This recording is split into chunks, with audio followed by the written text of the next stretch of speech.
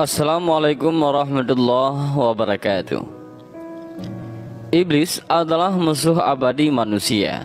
Sampai kiamat ia akan menggoda dan menyesatkan Bani Adam.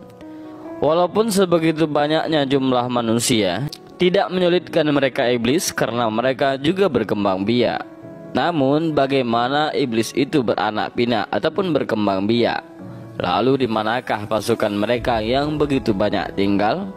Dan masuk ke dalam golongan apakah iblis itu?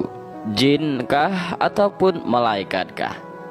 Namun sebelum kita mengetahui dengan cara apa iblis itu berkembang biak, kita perlu tahu bahwa ada dua pendapat di kalangan para ulama mengenai makhluk Allah Subhanahu wa Ta'ala yang satu ini. Kelompok pertama mengelompokkan iblis sebagai bahagian dari malaikat.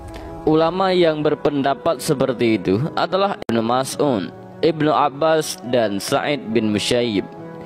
Mereka mengatakan bahwa iblis itu adalah pemimpin para malaikat yang ada di langit dunia, yaitu langit yang paling bawah dari 7 lapisan langit.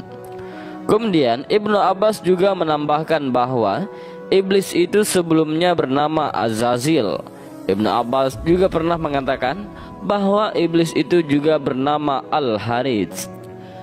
Golongan yang menganggap bahwa iblis itu malaikat mendapat bantahan bahwa jika saja iblis itu adalah malaikat, ia akan patuh pada sesuatu yang diperintahkan oleh Allah Subhanahu wa Ta'ala. Malaikat salah satu sifatnya adalah taat pada perintah Allah Subhanahu wa Ta'ala. Hal ini sesuai dengan firman Allah. Mereka tidak mendurhakai Allah terhadap apa yang diperintahkannya kepada mereka dan selalu mengerjakan apa yang diperintahkan. Al-Quran Surah At-Tahrim ayat 6. Golongan kedua berpendapat bahwa iblis adalah golongan dari jin. Hal ini dikuatkan dengan berbagai dalil. Salah satunya firman Allah Subhanahu wa Ta'ala dalam Al-Quran. Allah Subhanahu wa Ta'ala berfirman, "Dan ingatlah ketika kami berfirman kepada para malaikat, sujudlah kamu kepada Adam, maka sujudlah mereka kecuali iblis. Dia adalah dari golongan jin, maka ia mendurhakai perintah Rabbnya." Al-Quran Surah Al-Kahfi ayat 50. Dan bagaimanakah sebenarnya iblis itu berkembang biak? Bukan hanya manusia yang berkembang biak, iblis juga berkembang biak. Allah Subhanahu wa Ta'ala telah menggambarkan kepada kita bahwa iblis memiliki keturunan. Patutkah kamu mengambil dia dan turunan-turunannya sebagai pemimpin selain daripadaku? Sedang mereka adalah musuhmu. Al-Quran Surah Al-Kahfi.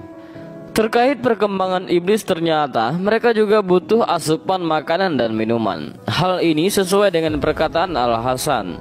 Beliau berkata, mereka makan dan minum, sedangkan malaikat tidak berkembang biak, tidak makan dan tidak minum. Hal ini membuktikan bahwa iblis merupakan golongan jin, bukan golongan malaikat.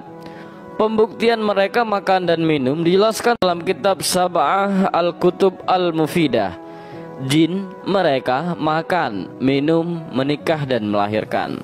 Perkembangan jin dan manusia jika dibandingkan adalah 9:1. Hal ini sesuai dengan perkataan Abdullah Umar. Sesungguhnya Allah membagi manusia dan jin itu ke dalam 10 bahagian. 9 bahagian adalah jin dan 1 bahagian adalah manusia. Tidak seorang pun manusia yang melahirkan seorang anak kecuali jin melahirkan 9 anak. Hadis riwayat Ibnu Abdul Bar, Ibnu Jarir, Hakim, dan Ibnu Abi Hatim. Jika melihat perbandingannya, tentu saja jumlah mereka lebih banyak daripada manusia. Dalam penjelasan lain dijelaskan bahwa jin, khususnya iblis, berkembang biak dengan cara yang lain. Iblis menghasilkan keturunannya dengan cara bertelur. Hal ini sesuai perkataan Ibnu Abbas. Ketika iblis diturunkan ke bumi, dia menikah dengan dirinya sendiri dan membuahkan 4 telur yang terpisah. Di setiap sudut bumi diberi 1 telur. Jadi semua setan yang ada di penjuru bumi ini adalah dari telur-telur tersebut. Penjelasan terperinci mengenai cara iblis bertelur terdapat dalam kitab Tafsir Al-Qurtubi. Sesungguhnya iblis memasukkan farjinya ke farji dirinya sendiri, kemudian mengeluarkan 5 telur. Ini adalah asal keturunan iblis. Dikatakan bahwa sesungguhnya Allah Subhanahu wa taala menciptakan zakar pada paha kanannya iblis dan farji pada paha kirinya iblis, dan iblis menikahkan paha kanan dengan paha kiri. Maka keluarlah setiap hari 10 telur, dan dari setiap telur keluarlah 70 setan laki-laki dan setan perempuan. Namun di manakah iblis dan keturunannya sekarang berada? Untuk menampung keturunannya, iblis memilih lautan sebagai lokasi untuk istananya. Mereka memilih lautan sebagai tempat istana karena lautan adalah daerah yang sangat luas. Pembuktian laut sebagai tempat istana iblis terdapat dalam kitab Al-Bidayah wan Nihayah karya Ibnu Katsir. Beliau menjelaskan bahwa iblis mempunyai banyak tentara dan memilih lautan sebagai istananya. Singgasana iblis ada di lautan. Telah Nabi Shallallahu Alaihi Wasallam abadikan dalam hadisnya, Rasulullah Shallallahu Alaihi Wasallam bersabda, "Apa yang kamu lihat?" "Saya melihat singgasana di atas lautan yang dikelilingi oleh beberapa ular," jawab Ibnu Sayyad. "Dia telah melihat singgasana iblis," sabda Rasulullah Shallallahu Alaihi Wasallam. Hadis riwayat Ahmad. Dan itulah penjelasan mengenai perkembangan biakan iblis. Iblis juga makan dan minum, bahkan melahirkan. Disebutkan juga bahwa iblis juga bertelur. Jumlah kelahiran iblis dan manusia memiliki perbandingan 9:1. Jika manusia melahirkan seorang anak, iblis beranak 9 kali lipat. Dengan jumlah yang banyak, mereka meminta kepada Allah Subhanahu wa taala untuk diberi kesempatan dalam rangka menggoda manusia. Hal ini sesuai dengan firman-Nya. Dia ataupun iblis berkata, "Terangkanlah kepadaku, inikah orangnya yang engkau muliakan atas diriku?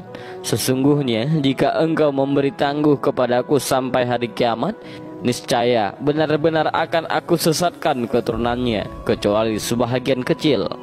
Tuhan berfirman, "Pergilah, barang siapa di antara mereka yang mengikuti kamu, maka sesungguhnya neraka jahanam adalah balasanmu semua, sebagai suatu pembalasan yang cukup." Dan inilah sedikit video tentang bagaimana iblis berkembang biak. Dan mudah-mudahan dari video ini kita bisa mengambil beberapa pelajaran penting dan juga hikmah yang luar biasa. Dan juga mudah-mudahan video ini bermanfaat bagi kita semua. Amin ya rabbal alamin. Wallahu a'lam bishawab.